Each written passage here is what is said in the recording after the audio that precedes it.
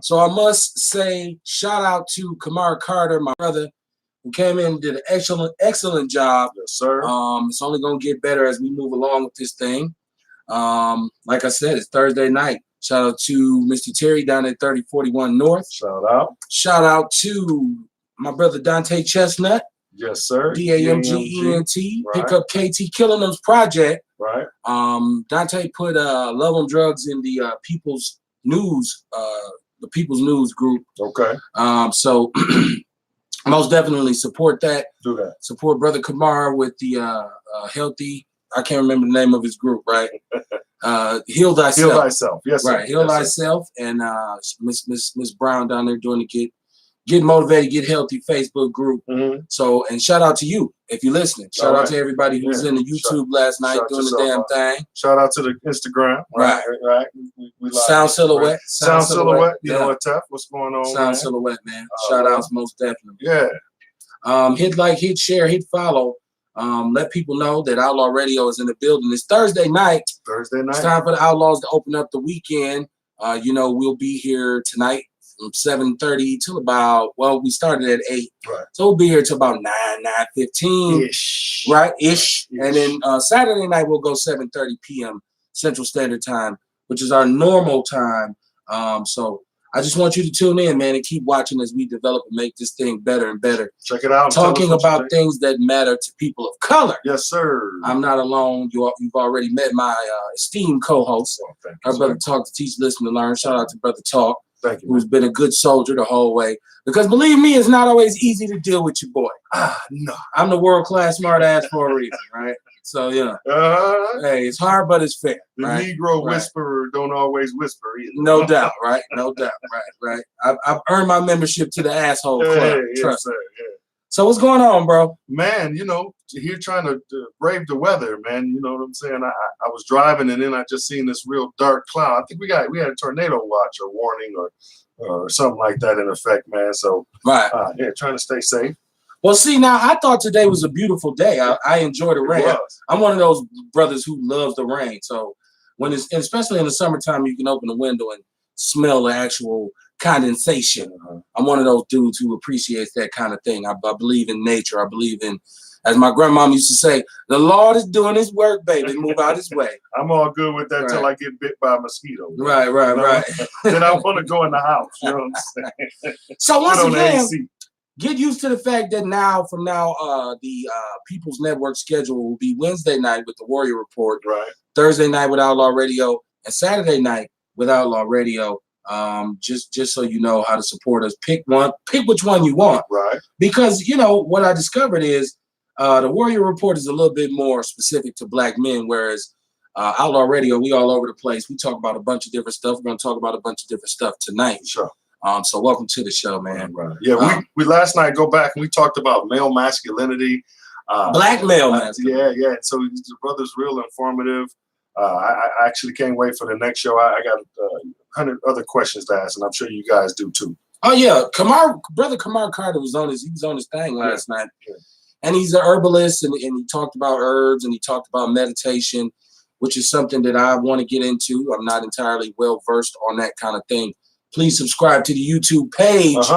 Let people know Outlaw Radio is what's going on right now. The Underground Heroes, the people's choice, if you will. All right. Please take the time to smell the roses, right? And give us our props, man. We need love. We need lights. We need love. We need the happy faces. We need all that good stuff, right? Because Jason needs attention. Is that what happens? Jason needs attention. Okay. I'm not really partial to it, but Jason kind of appreciates that kind of thing, man. Y'all keep watching. So we'll talk about tonight a little politics, a little entertainment. All right. I'm not gonna keep you long, but I'm gonna try to say stuff that's important, that has an impact, so you can understand the purpose of us utilizing our platform. If you have a business and you're a black person, real talk, or a person of color, whatever you want to do, please hit me up. Let's do business. Let's get it together.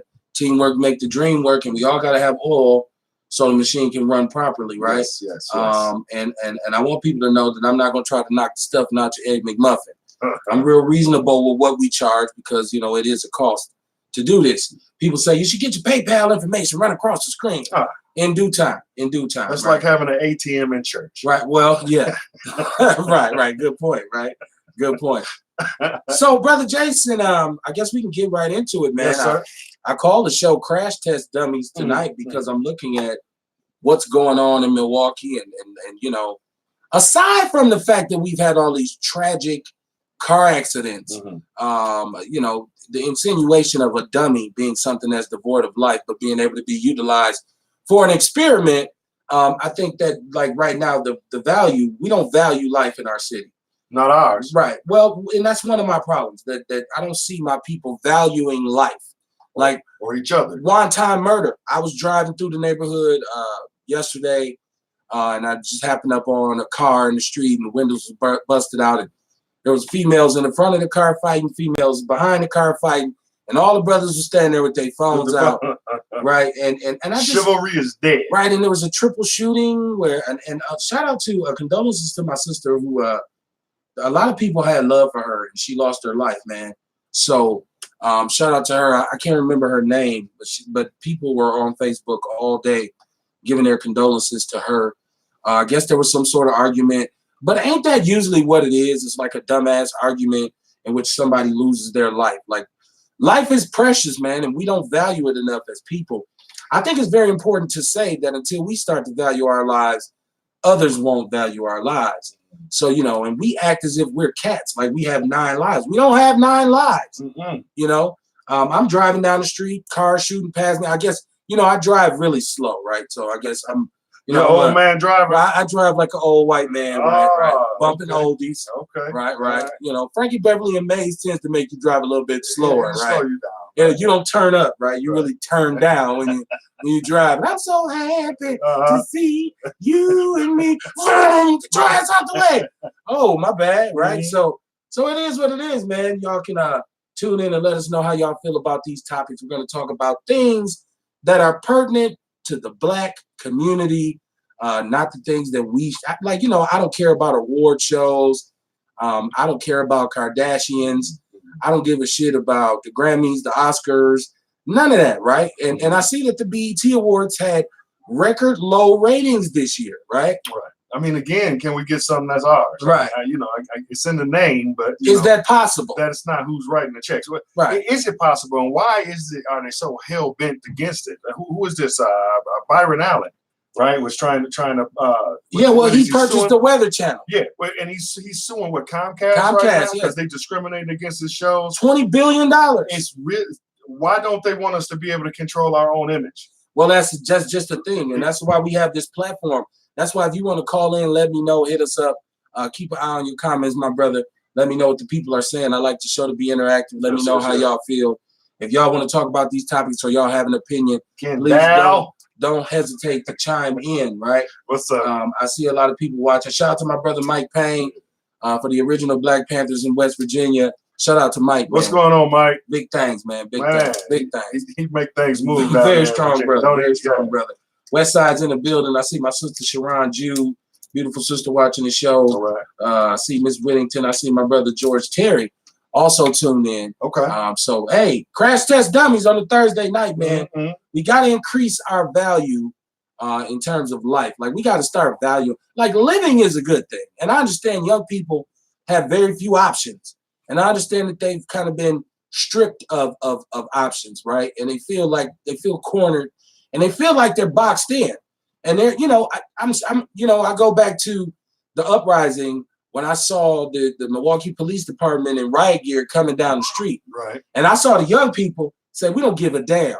And I saw the riot gear. Your friend who's a cop can tell you differently, but I was there. Right. I saw them scatter. I saw them hide behind cars just like everybody else. Sure. It was rocks, gunshots. It was. Well, they want to stay alive too, right? But our kids don't care, man. They don't give a damn about it. So, but think about it though. Like, real talk. When you were that age, right? Did you think about being 40 and 50? You know what I'm saying? Did you see yourself even in your 30s? Like, we called that old, didn't we? Well, you know what the main thing was during my generation, I was coming off of the crack. I grew up in the crack era, which was primarily the mid to late. Off of crack. No, I wasn't. No, I didn't start that till last night. He did. He crack did. smoke in my body, right? But no, I like Joke, from the joke. mid to late 80s was the time when I came of age. And there was just like desperation and desolation in the black community. Everything changed. The traditional black family structure was kind of gone. All right. So in order to be out here on these streets, you had to adapt. So my mind state was, I was told that we wouldn't make it past, I think it was 19 and a half. Right. Chime in if y'all hear me. Right. I think they told us 19 and a half. Well, I beat that by a baker's dozen and more, right? A little bit. I beat that. Right. But when you ask me how I felt, you know what? I remember just not really caring. Not giving a damn. Right. And I was angry, and I couldn't quite understand. And then you take that with the fact that I was kind of raised on all this revolutionary information by my mom, who's really militant, who had grown up in the Jim Crow South. Right. So, anger was my fuel, man. Okay. I'm not gonna say it without it. I wouldn't want to go back through it without it, because it kind of perpetuated my path and helped me get to where I was at. Well, you probably had to be there to get here. You know what exactly, I mean? So it's one of them situations. So I'm not one of them dudes gonna say, I wish I was young again. No, I'm actually enjoying old age. I'm loving being a square right now. Yeah. What's the use of being young if you don't get a chance to get old, right? Well, people say you leave a beautiful corpse, right? Yeah, right. So I mean, right. And that goes out to all the young dudes who think it's a diss. You know what I'm saying? Right. It's a negative thing. You old ass nigga. Right. Well, I've been called worse. Well, that's what we're here. I'm trying to get older. Although it did kind of throw me the first time I was coming out of a gas station or something, and the youngster said to me, "What's up, old school?" Right. And I kind of looked around like, "Oh, he talking to me." Oh yeah. Oh, what's up, youngster? They don't even say old school. They just call you school. What's going on, school? or big homie. Right. That kind of thing. What's up, triple OG? Yeah, how many O's you gonna add to it? Oh, but we got to stop living our lives like we are crash test dummies. There's no reset. You can't redo life, man. You only get one shot at it, man. So I want my people. See, we can't expect for anybody to do anything for us, first of all, but you damn sure can't expect them to do anything for us when we ain't doing nothing for our damn selves. And that's something that's like, when we say do for self, we mean it. It's very serious. It's a very intense mantra. Right. When we say do for self, it means entirely that. We have to do for ourselves. Absolutely. We have to get our own understanding. We have to procure our own wealth. We have to start our own businesses. And then we have to support each other. A lot of black people got stigmas with black businesses, which is the craziest shit in the world. I'm not going to say I don't understand it, because I've dealt with some black businesses before. Come on, as black people, we know. Right. We have tendencies. Right.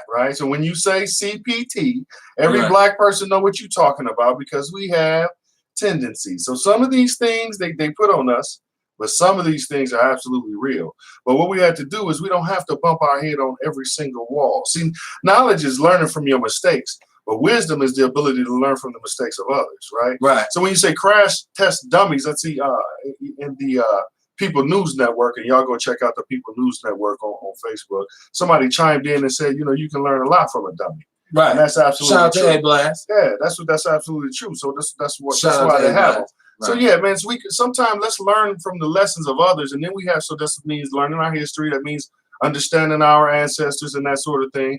But let's learn from their mistakes and not have to make them over and over and over again. Go subscribe to the YouTube page. It's popping, man. Yeah. Go subscribe to the YouTube page.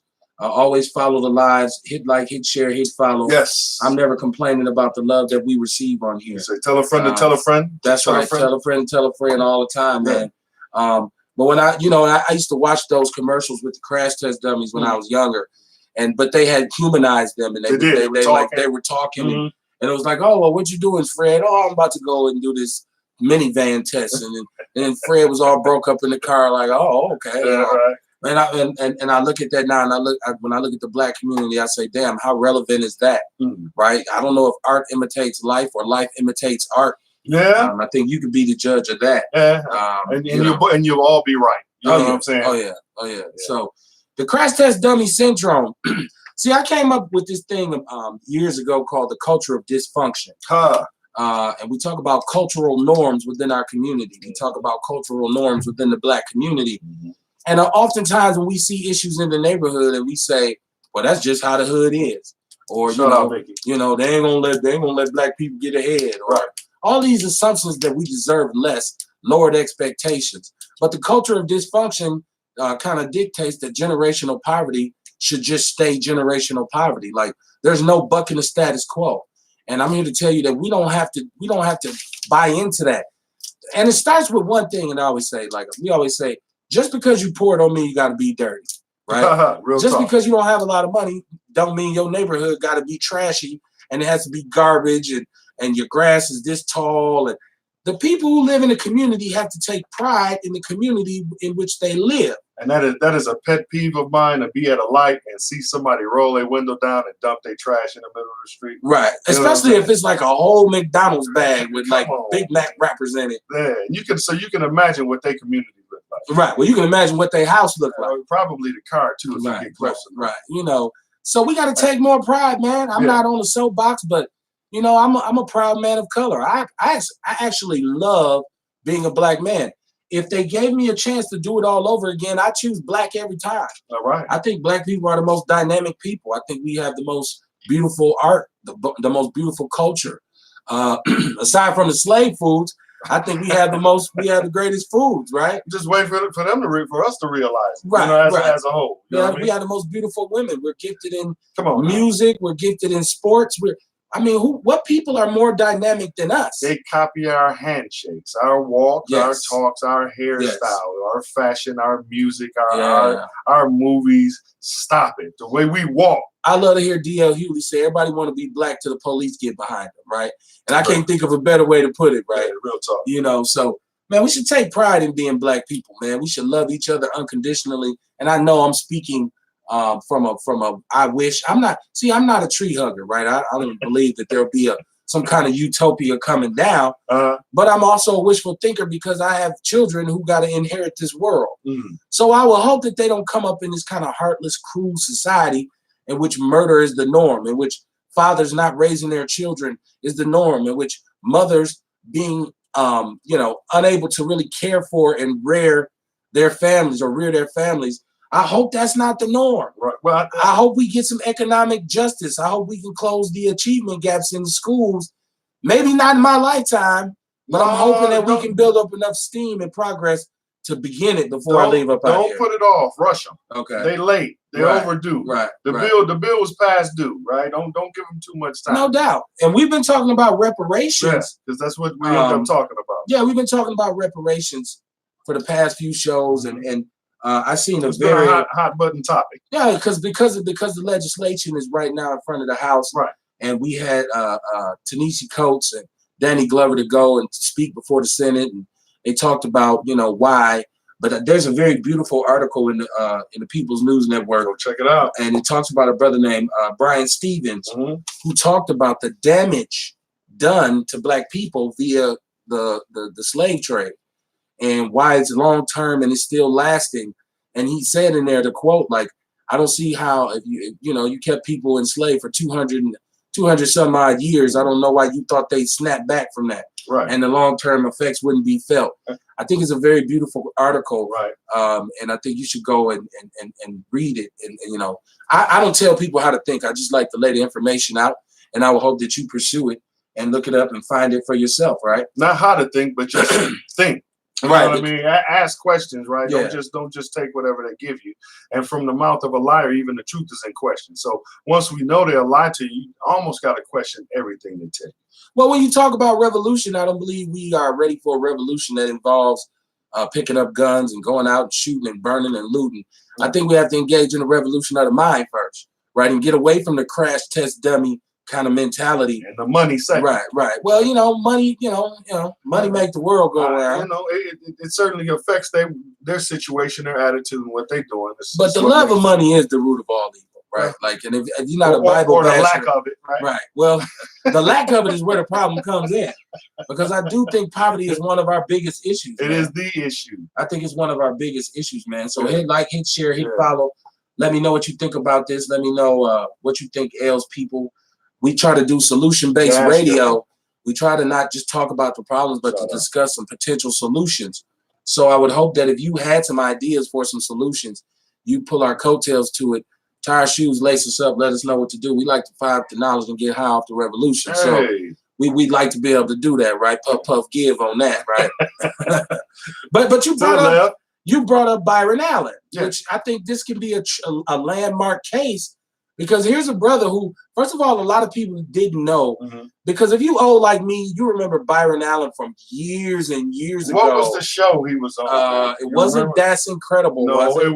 But it was around that era. It was around that real era. People or something. Something like that, yeah. Something like that, right. And he kind of, he old school, man. But he had a talk show for a very long time. He did, which was hilarious. He still has it late night, right? Where he had one with on and give them a chance to super funny, super funny.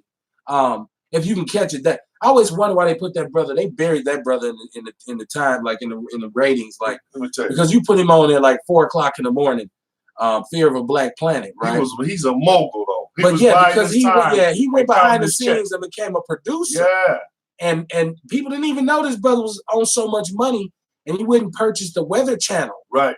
And he has some other channels that he's purchased. So what is their excuse that they don't want the Weather Channel on Comcast, right? Well, I don't know if it's what kind of bigoted ass lie did you have to come up with, you know what I mean, to justify that? I don't know if it's a question of his terms or, cable right now, cable TV is not what it once was because a lot of people are cutting the cord and damn cable bills is too high in the first place. TV bill. Right. It's too high. You watch too much TV. Watch too much TV. Right. So I know Byron Allen, but there's no justification for it. Now, don't get me wrong. This happens all the time with different networks because even our local TV stations sometimes get into it and you'll see, before Time Warner left for Spectrum or was bought out by Spectrum. All right. And they won't show the local channel. Well, Channel 6, Fox 6 won't be on until they can work it out. So, but this must be, it has to be a long-term issue because this is now going in front of the court. So we got Byron Allen, right? Right. And then we had a station called BET, right? They made sure to go buy that and control that, right? You know what I'm saying? Right. There was a man called Bill Cosby a long time ago who tried to buy. Please don't say what I think you're about to say. Who tried to buy a network? I'm just saying. Okay. There's a commonality that's happening here. There's a common denominator. I won't say. I'll let you make your own decisions. But I'm just saying they don't want us to control our own image for some reason or another. That's very, very important to them. Well, yeah. Anytime you talk about Tyler Perry gave this speech about the racism that was involved with him getting his studio. Right. And I'm not a Tyler Perry fan like that. I'll watch him. You got a couple outfits, but you don't really get into right, because I tend to dress up like Madea on the late night, right? But I'm not a Tyler Perry fan like that because I don't like the way he's presented some of the black male characters in his movies. Right. In particular, dark-skinned brothers always get the shaft in the Tyler Perry movie. That's a different discussion, but Tyler Perry, when he talked about the racism he's faced, right. And he was saying to people that you got to press on and you can't allow these things to stop you. I thought that was very deep, and I thought that was some poignant dialogue that he put forth when he talked about that at the awards. Because we know there's a glass ceiling. The problem is if we all know that there's this glass ceiling, why are we not more united to combat the glass ceiling? Well, you can get to the second tier of the glass ceiling if you just put on a dress. Right. Well, that's also one of those great myths. That helps you to get past some of the gatekeepers and get to the next level. Right. Would you say, Tyler? Tell me this, because I don't think we've discussed this a bunch on the show. What do you think about the border crisis? Because we see that there's this picture that was on the internet of, I believe it was a father and a son. The dead father, and I think it was a daughter. Right, okay. Y'all correct us. I thought it was wrong. Right. But what do you think about this whole crisis we have on the border? Because we talk about Trump and Trump being a xenophobe and Trump, but we know Trump is a racist. We know he's Trump suffers from rich white man syndrome, which means I don't give a shit about nobody but my own people, right? But what do you think about the border crisis with the wall and them detaining? And basically, you got concentration camps in our own country right now, in modern day America, sitting down on the border where they're detaining kids, taking them away separating families. Right. I mean, but it's a self-inflicted wound. Like, you know what I mean? Who do you look to for this? This is your president doing this. You know what I'm saying? And it's obviously it's out of some sort of ill will or spite. I mean, does it look like he's solving any sort of problem? I don't know, and that's what I'm saying. I wanted to know how you felt about it, because I should rephrase the question. What do you think should be done about the perceived immigration problem in this country? The perceived immigration problem in this country sits in the White House. Okay. Right. And until we solve that problem, this is one of his things he got his ass on his back about. Okay. You know what I mean? I guess I look at it like, yeah, there's a lot of illegals in this country. Of course there are, because this country represents to people who live in these kind of oppressed nations and people who live in these third world conditions, people who live in Mexico and in some of these places where they just don't receive the basic services that they need. Yeah, they want to come to America. America is sold to everybody around the planet as the land of the free, the home of the brave. Right. So yeah, you got a lot of illegals here. So let me ask you this: do you think it has something to do with the color of the skin? Are you old enough to remember that there was some sort of crisis, I believe, in Bosnia? I believe it was Bosnia, right? And so their immigrants came over and they were welcomed with open arms because they had white skin. You know what I'm saying? And then you had this a separate issue in Hades, right? And the Haitians were trying to come over. Well, I think the difference is received totally different, right? I think the difference between those is those people were what you call refugees. Those people were not illegals who snuck across a border. All right. Allegedly. No, talk about These are people who were refugees who have been like due to a war-torn country. Mm-hmm. In Bosnia, you talking about them going through ethnic cleansing and stuff like that. And tell me the difference. The turmoil in Eastern Europe. Because it was in Europe. Right. Yeah. Well, when I say refugees is a different kind of has a different connotation than illegal immigrant, because it has a different connotation. Yes, sir. Illegal immigrant is one who comes here, sneaks under whatever a fence or swims across a river, whatever, comes into the country, lives in this country, is not an American citizen, enjoys all the benefits of being an American citizen, right? Now, the belief supposedly is that these individuals take away jobs and opportunities for those of us who are American citizens. Refugees usually come through an embassy, and there's a political agenda, and there's a whole systematic nature to how they're placed and where they're placed at. So it's a different process. So like when you talk about Bosnia, yeah, they did open them up. But I mean, once again, do we have to question as to why Bosnians why their refugees were accepted? And then, but we also had a case in Rwanda. It was obvious though, ain't it? But we've had cases of this kind of thing in Rwanda or in the Congo, where there was war-torn countries and people were flushed out. First of all, America has never extended any kind of aid to Africa aside from We Are the World, the USA for Africa, right? Right.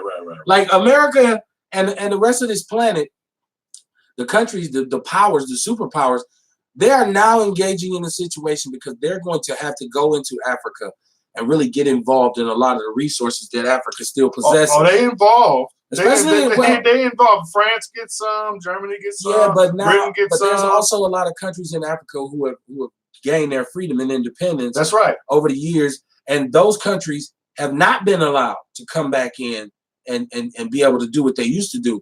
So now you see China, for one. Oh yeah, China gets going into Africa right now, and they're doing business left and right in China. Right. And the world has to join in. But I think it's a difference between us doing business with them and colonializing Africa, because colonialization is one of the problems. It's the transatlantic slave trade, but it's all initiated by colonialism. Let me tell you something. When you can go someplace and just take over the nationality, right? If you go to Germany, right, and you move and in the southern part of Germany, right? Does that now make you a Southern German? No, it makes me a dude from Milwaukee who moved to Germany. So how do white people then get to go into Africa, right, in the southern part of Africa, and just take over the ethnicity, and all of a sudden they are South Africans? They're Boers. Yeah, they're South. Now you just came and hijacked the race, right? You know what I'm saying? You call yourself South African. Who else does that? Like. Well, where else does that happen? Well, when you talk about South Africa now, now there's these issues with because apartheid. And they want to get the farmers out of apartheid. I'm sorry, is over, right? It lasts for a long time, but once Nelson Mandela came home and finally apartheid. And he gave away half the farm at that point too. So a lot of people question. Nelson Mandela. I personally, I think Winnie was a better route. Winnie was a revolutionary. Woo! Winnie was doing She had to go herself in front of the Truth and because they had in South Africa what they call the Truth and Reconciliation Committee, in which everybody had to basically, it was like a war crimes tribunal where they went on and basically said, I know I did this, my bad. And then they were given whatever consequences they were given. We know that Nelson and Winnie's marriage was pretty much destroyed, which I never really understood because she held him down while he was in prison. I don't know all their business, but I do know that Winnie was putting in a lot of work. He was there for 25 years. I'm sure by the time 27. 27. I'm sure by the time they were both different people, man. Yeah. They was holding on to an idea and probably doing it for the people. You know what I mean? At that point. Yeah. And so hats off to them. I believe they tried, but the man. Well, Nelson in his youth was a revolutionary who advocated. And he didn't come back that revolutionary. He advocated violence, and he kind of came home a little bit more passive. Yeah, a lot more passive, right? Far be it for me to criticize Nelson that day. No, listen, it's not. It's my understanding of the description of the situation. I'm not criticizing the brother. So when we come back to America, because we kind of got away from it, when we talk about the border, to me. And this is my personal belief. Yes. If this country was built on immigrants coming through Jones Island, establishing them Ellis Island. I'm sorry, Jones Island is the sewage plant in Milwaukee. Yes. Ellis Island in New York City. Yeah. If this country was built on that, Irish who were leaving a famine, and English people who were leaving all kinds of persecution, and and Asians who were looking for some kind of way to raise their families and get away from extreme poverty. They was being persecuted too. Then I think you need to, when you catch these illegal immigrants, especially if they have children, I think they should be brought on as Americans. But let's call BS when it's BS, right? Right. Because why is it a problem now? Correct me if I'm wrong. Did Trump not have illegal immigrants working in his businesses and his hotels and whatnot? Well, I never understand the premise of people like white people, especially going at immigrants, because y'all immigrants, right? And you say, well, we did it legally. Well, no, you didn't. Not all y'all. You came and you killed and raped and pillaged. You didn't do anything illegally. But there's some illegal Eastern Europeans here in this country. I'd like to know what they're doing. Like, are they going after them as well? No, of course not. Okay. Right. So you have to see through the bullshit. Just like when they start talking about, welfare and welfare reform, and they put up the picture of all the black people, and then you look, and when they make a bus, it's 13 people as the top rapists of the welfare system. But it was 22. And they white, and they 22, and they all white.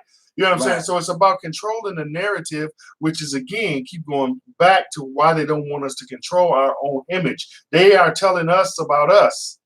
Well, okay, but once again, I really like, because I want to know, I don't hear black people talk about this a lot. I'd like to know because I believe that they should just make these people citizens. If they've been here and they've been working, and we know that if you commit some kind of heinous crime or felony, you're not from here, you get deported. I have no problem with that. But I'm saying running up in the house where there's a Mexican woman with 4 or 5 children and she's just doing the best she can. Hatred. To make a living. Right. I think my solution, my attempt at a solution, because it's solution-based radio, is to make them citizens. I mean, they're here. They are citizens. Why send them back though? Why send them back? Or why put them at obviously if I'm running from here to there, I'm running from something. So if you catch me at the border, why would you then put me in a concentration camp? You should just begin the process of bringing me into the country, allow me to be an American, because let's be honest, we took the West Coast from them anyway. Hello, somebody. It's their land. Yeah. So why not let these people come in? And I just think it comes down to, and far be it from me to blame everything on white people. I don't do that. No, that's my job. I don't do that. I don't blame everything on white people. No, neither do I. But I will say this. You see mostly white people complaining about this. Like, you see mostly white people, but they've had a problem with everybody.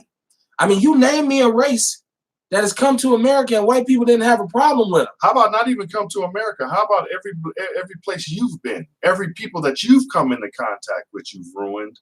You know what I'm saying? You've took over their race, or you've pillaged them, or raped them, or stole something from them, whether it was land or people, any people that you've ever come into contact with. And so when people get on me and say, I don't feel any particular way about all white people. It's just that when you look at who is doing the devilment at the highest level, they just all happen to be white. But I still believe we got to come up with a solution for this border crisis. Well, because we have an election coming up. Well, that's the solution. 2020 is coming, and we got to have some solutions. That's the because solution. We need to have solutions to the candidates and be able to tell them this is what we want you to do, as opposed to, because we know if we just take the problems to them, there will never be any kinds of solution. Well, we want rich people to solve poor people problems, not understanding that that's how they became rich in the first place. I think we should make them citizens. Y'all tell me what y'all think we should do for them. Because I don't think I actually had.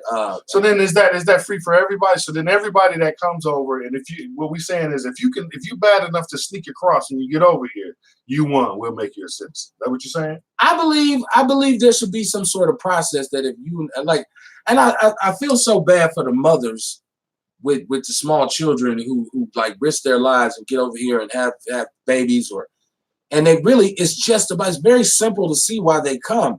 They come for an opportunity at a better life.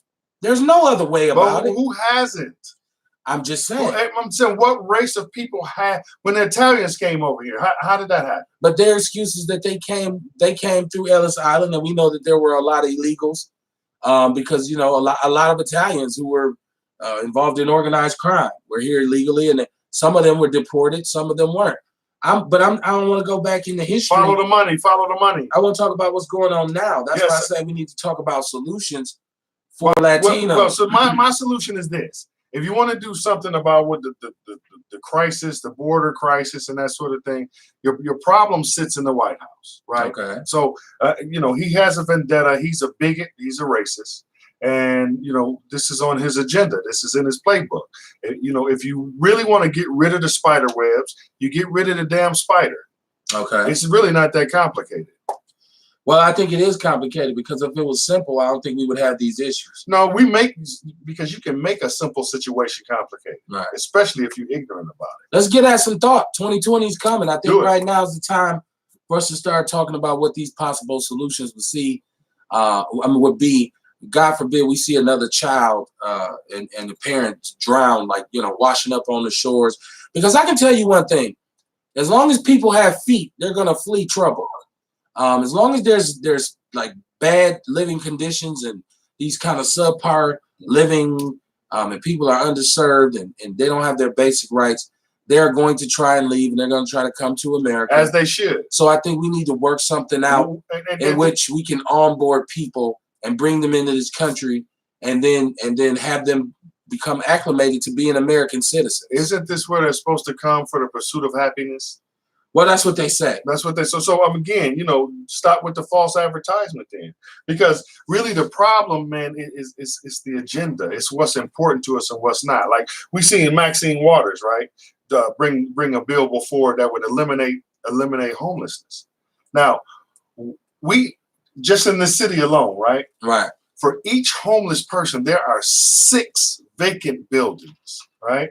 So there are, for each homeless person, there's enough property, there's enough vacant buildings that aren't doing anything, just being dilapidated for each homeless person to have 6 homes, right? And so this is a problem about where our priorities are, because those homes are still there, but as long as they're not making money, then we would rather let the homeless people be out in the cold, because it's cold here in Milwaukee, and even risk death than give them a home. So I shout out to Maxine Waters. She's a chairwoman of the House Financial Services Committee, and let's support her in what she's trying to do, because we have the resources. As much vacant retail property as we have in Milwaukee, this should not be an issue in the first place. Absolutely, I concur. We should not be even like we got enough vacant buildings here to put up homeless for years and years and years, especially as cold as it gets. Right. So It's whether or not you compare you have compassion about humanity, or whether you just a dollar right. dollar chaser. You know, the wealth of cities, right, is what I'll say. Yes, sir. Which Mayor Barrett and Mayor Norquist actually agree, right? So, you know, the wealth of cities, corporate welfare buildings downtown. Look, marijuana is legal in Illinois, right? And people want to know, are they going to be able to now go to Illinois and get recreational marijuana and bring it back across the border? Be careful driving.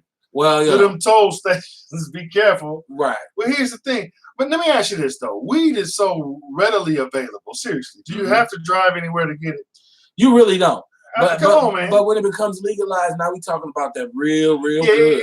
Well, right. Take a trip down to Chi-Town and go to a dispensary and, you know, pick up you know, a pound of that good. I think marijuana is a cash crop, but I think it, like everything else, has to be regulated. I think you got to make sure that minors don't have easy access to it. They got easy access now. Let me finish. I was about to say, now the problem with drugs is, especially illegal drugs, is they're taboo. So a lot of times young people who gain access to it feel like they're doing something like, oh, I'm getting over, like I'm doing something. And once you make it legal, and then it takes away from the bad boy factor of it, usually you'll see that the usage of it kind of decrease. But you notice they take their time making it legal, because before they make it legal, they have to find a way to set it up where the money comes back to them. They don't want to make too many young, you know, .com millionaires and nothing like that. So that's why they take their time and make sure that they pass some of these laws and make sure that the revenue comes back to them, and that they can shut down any competitive, you know, outside forces. I think it's a beautiful thing that marijuana, because if you understand why marijuana is illegal in the first place, it doesn't have one thing to do with the fact that the government cares about you so much. Not a one. Or he loves you, or he's looking out for you. Not a one. It really just, you got to go look up Harry J. Anslinger and what his racist, you know, and his racism, and how he just kind of created a reefer madness in which they basically sold the narrative that, you know, marijuana is not illegal because they you know, want you to be safe. Because if that was the case, they wouldn't sell you cigarettes, they wouldn't sell you liquor, they wouldn't sell you as pork. They wouldn't sell you sugar. So even after they found out about big tobacco, right? And right. They found out they've been lying, and they've been putting stuff in the cigarettes to make it addictive, and they, you know, they suppressed studies that proved that it was connected with cancer and so on and so forth. They didn't make it illegal. Right. Right. Well, they taxed it. Big tobacco again. So they find a way to profit off of it, right? And so, you know, big tobacco had too many lobbyists. They got too much money. Right. So follow the money. I'm just, you know, I just want people to understand that for those of you who say, well, I don't think marijuana should be legalized. First of all, I think marijuana has so many medicinal purposes that it's ridiculous. And when you talk about somebody who has a terminal illness, instead of filling them up with these drugs from big opioids, and we have an opioid crisis, right. So it goes to show you the evils of the man-made medications and the things that they prescribe. Because don't get me wrong, they don't care about marijuana because they don't want you to get high. They want you to get high off their drugs. That's why I always watch these commercials where they be like, yeah, you know, this might make your ass cheeks fall off, or you might have nipple bleed, or your tongue might look. They said that shit real low and real quick. You know what? I just rather have a runny nose, right? Like, you know what I'm saying? Like, you know, so I don't want people to get it twisted and think that marijuana is illegal because the good old United States of America cares about you. Nah. I think that somehow, some way, they've taken their time to regulate it so that they can be the biggest profit. They can make the biggest profits off of it. That's what I said. And when I say they, once again, I'm not one of those. Who are they? I'm talking about the powers that be. I'm talking about the United States government. All right. And who are they? It's a mixed batch. It's not just white men. It's white women. It's black women. It's black men. Let me ask you this: so that in addition to that, because I don't disagree with that at all, but in addition to that, do you acknowledge that there are some hidden hands, some people that have some influence that you never see in front of the camera? Do you believe that? First of all, as a person of color, you'd be an idiot to dismiss any kind of ulterior motive or any kind of strategic implementation, especially when you talk about institutionalized racism. Okay. I would never ever deny that there was some sort of alternative agenda against people of color in this country. All right. I'm just not the person that's going to blame everything for that. No, Like, I'm not gonna blame everything. I'm not the- gonna blame them. Like, because with these cars, with these, part of the reason why I call the show Crash Test Dummies is because of the way a lot of our youngsters are flying up and down the street in these cars, man.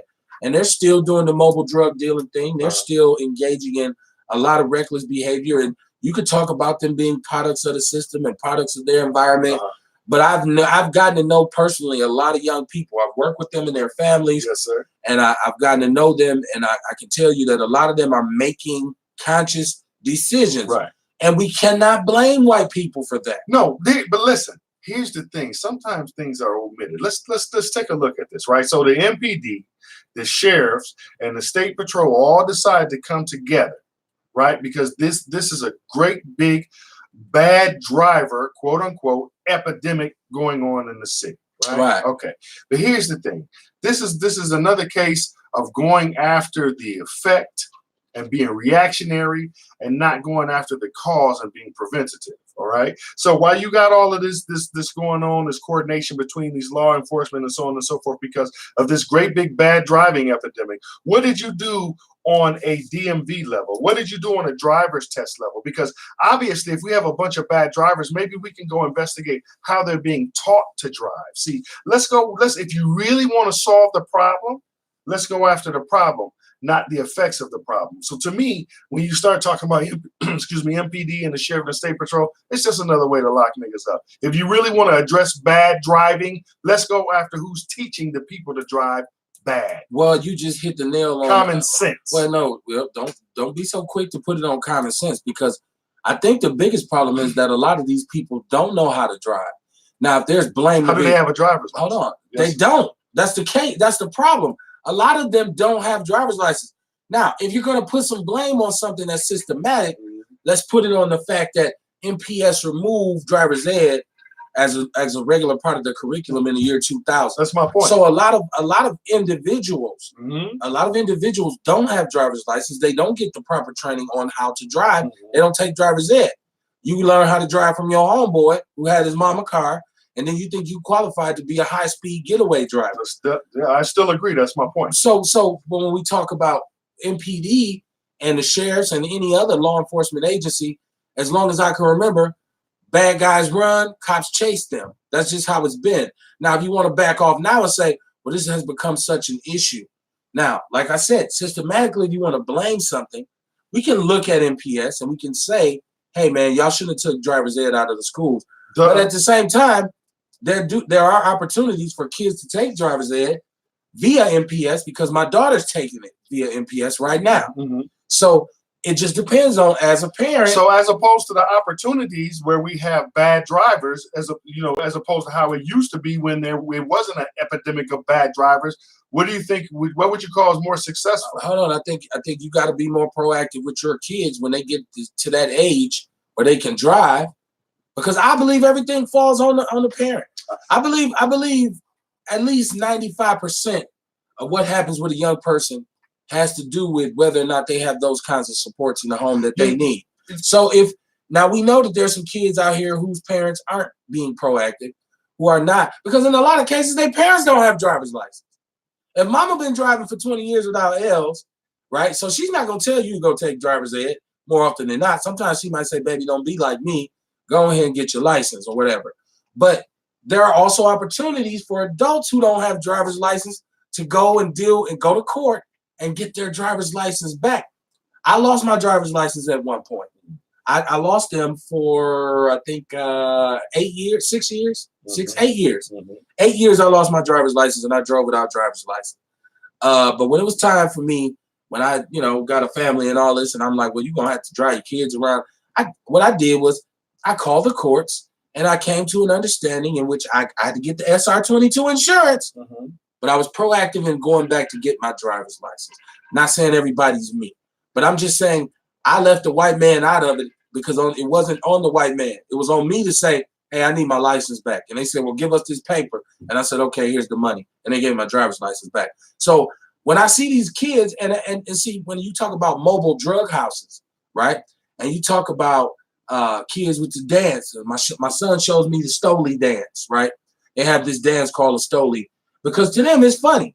They trivialize it. They talk about it. I listen to a lot of the latest music, which I'm gonna talk about tonight too. All right. A lot of the latest music. One of the main things of this music is, yeah, I'm gonna take them on a high speed. Yeah, they won't catch me. I'm gonna run from the cops and all this kind of thing. So yeah, I mean, once again, this is where we will disagree at, because I'm not placing this squarely on the white man. I think the system has a responsibility, but I think the parents in the community have a bigger responsibility. And plus, I come from a generation where we stole cars, right? You peel the steering column, and you rode around and you joy rode, but you didn't carjack. It's very rare for somebody that I knew. Don't get me wrong, I had some homeboys who indulged, but it was very rare for somebody to just straight go and carjack somebody. So things change, and like I said, I think that the parents have to assume the adults in the community are expected to lead. We need to start leading our children to not engage in this kind of behavior. When you start talking about parents and you want to put everything on the parents, because I didn't say everything. I said part of it. Wait a minute. I said part no, of it. you did. But when you start saying the word absolute words like everything, everybody, first of all, that immediately makes the statement false. I said part of it is on the parents. Let me finish. So when we start talking about parents and you want to hold parents responsible, you can't give somebody a responsibility that they don't have the authority to complete. Let me say that again. You can't give somebody the responsibility and without the authority for them to complete the task. So when you want to blame parents for being able to educate their children, are you allowed to educate your children?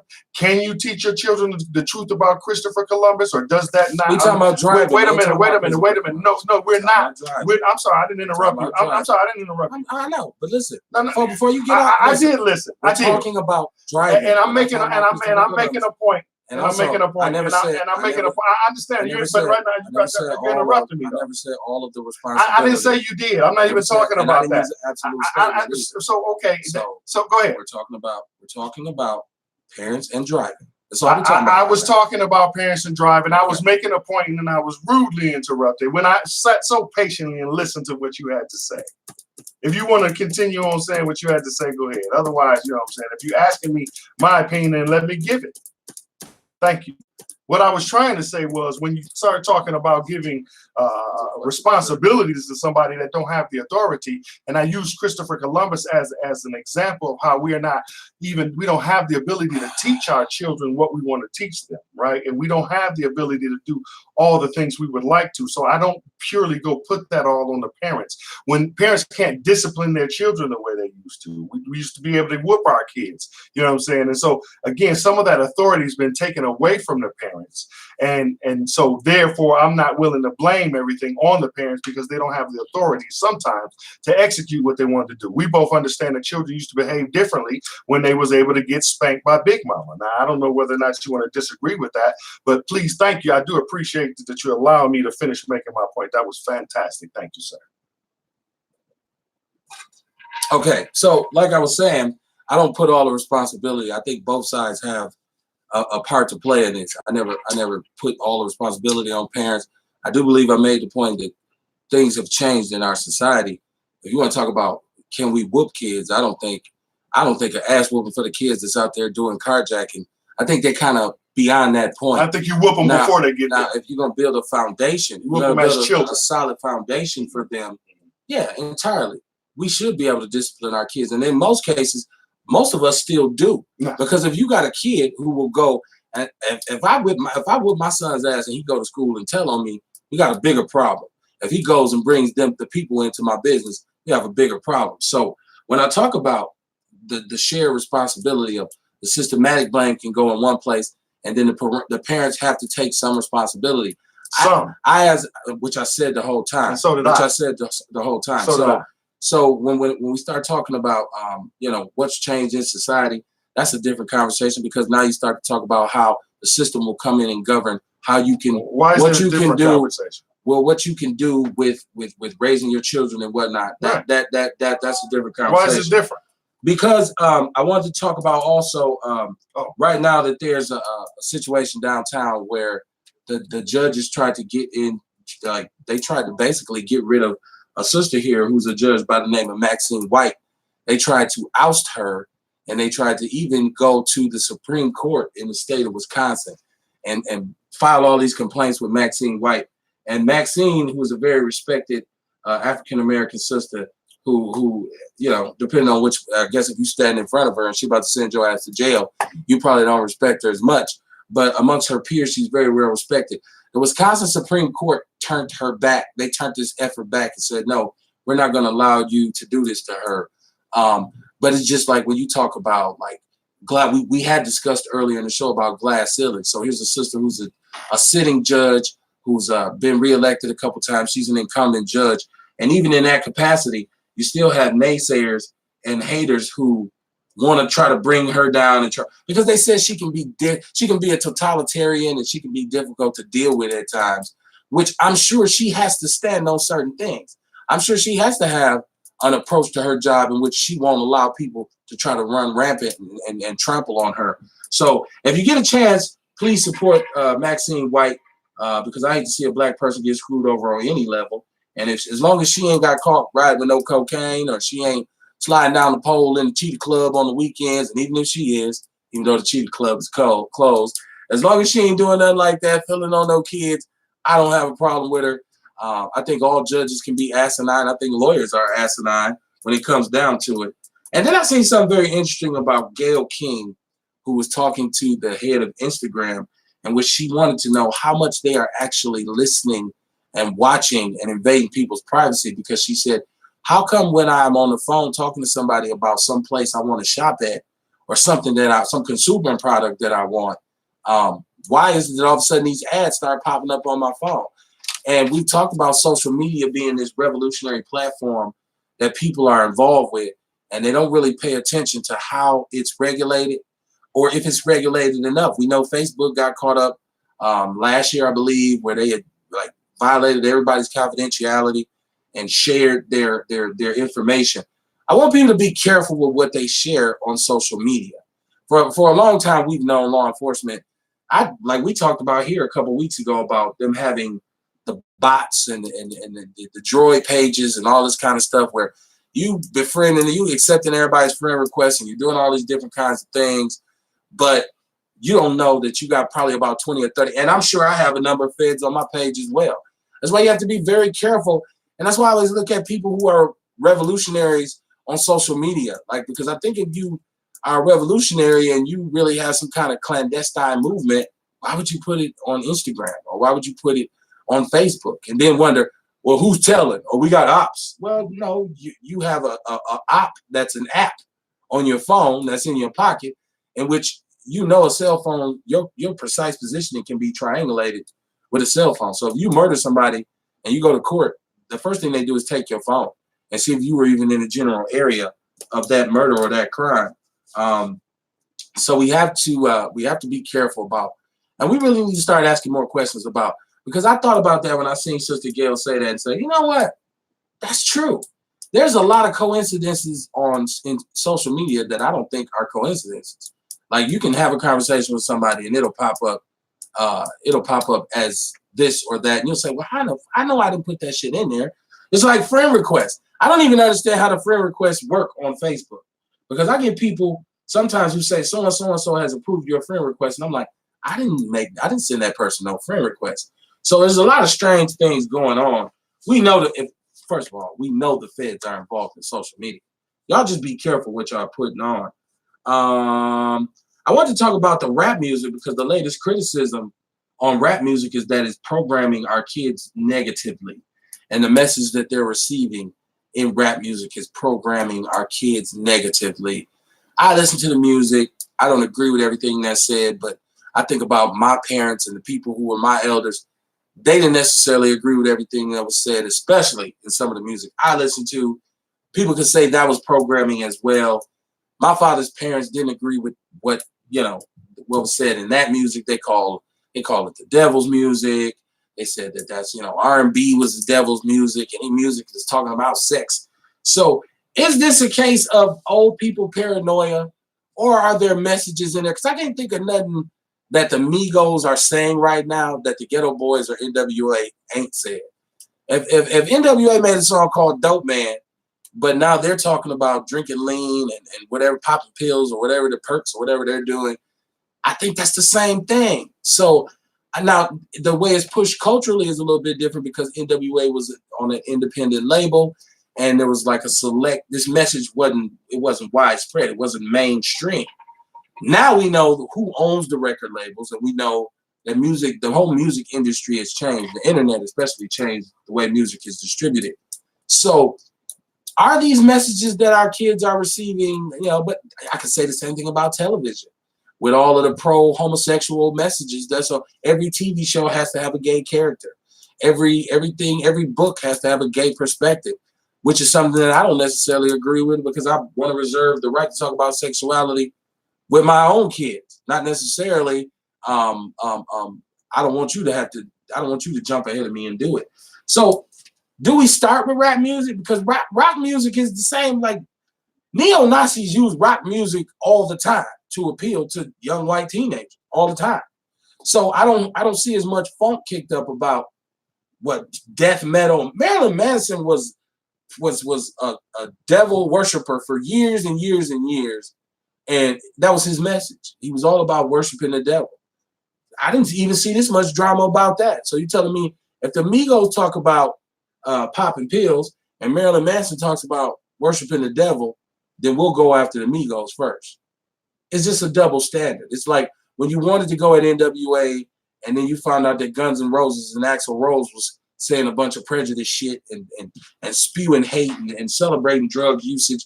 And a lot of those rock and roll bands weren't nothing but acid heads in the first place and cocaine addicts. I think it's something we need to talk about. This ain't my rap music. They're not talking to me. They don't make rap. The Migos ain't rapping for no 43-year-old black man. You best believe that. They're rapping at my children. So I take the time to talk to my son about the messages in the music more so than because I like to know, well, what do you like about it? Now, he's also caught me in the cross too. When I get caught listening to my old school music and say, Dad, oh, that's what you like? And you get on me about my music. I guess it comes down to what Forrest Gump said, which is stupid is as stupid does, which means it is what it is, and your stupid ain't no greater than nobody else's stupid.